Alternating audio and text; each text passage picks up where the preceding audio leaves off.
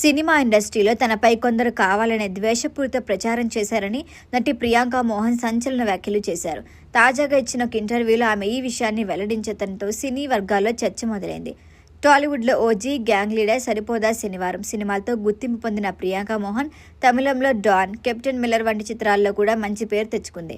అయితే తన కెరియర్లో ఒక దశలో తనపై కావాలనే నెగిటివ్ ప్రచారం జరిగిందని వెల్లడించింది. అయినప్పటికీ ఆ గతాన్ని మళ్లీ గుర్తు చేసుకోవాలని తాను కోరుకోవటం లేదని చెప్పింది. ఒక యూట్యూబ్ ఛానల్కి ఇచ్చిన ఇంటర్వ్యూలో మాట్లాడుతూ, ఈ రోజుల్లో సోషల్ మీడియాలో చాలా మంది ట్రోలింగ్ చేస్తున్నారు. లెజెండరీ యాక్టర్లు, డైరెక్టర్లను కూడా వదలకుండా విమర్శిస్తున్నారు. నా విషయంలో కూడా ఇలానే ఎదురైంది. నాపై ద్వేషపూరిత ప్రచారం జరిగింది, కానీ ఆ విషయాలను మళ్లీ గుర్తు చేసుకోవాలని నేను అనుకోవటం లేదని పేర్కొంది ప్రియాంక.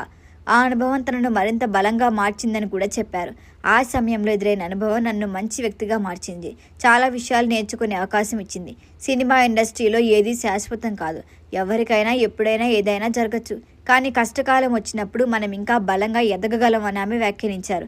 ప్రస్తుతం ప్రియాంక మోహన్ తెలుగులో బిజీగా ఉంది. ఇటీవల ఆమె పవన్ కళ్యాణ్ సరసన ఓజీ సినిమాలో నటించింది. తమిళంలో ఆమె నటించిన చివరి చిత్రం బ్రదర్ ఆశించిన స్థాయిలో విజయాన్ని అందుకోలేదు. ప్రస్తుతం నటుడు కవిన్ సరసన ఒక కొత్త సినిమా చేస్తోంది. అంతేకాకుండా రజనీకాంత్ నటిస్తున్న తలైవర్ 173 సినిమాలో కూడా ప్రియాంకకి అవకాశం ఉండొచ్చని టాక్. ఈ సినిమాకు డాన్ ఫ్రేమ్ దర్శకుడు సివి చక్రవర్తి దర్శకత్వం వహిస్తున్నట్లుగా తెలుస్తోంది.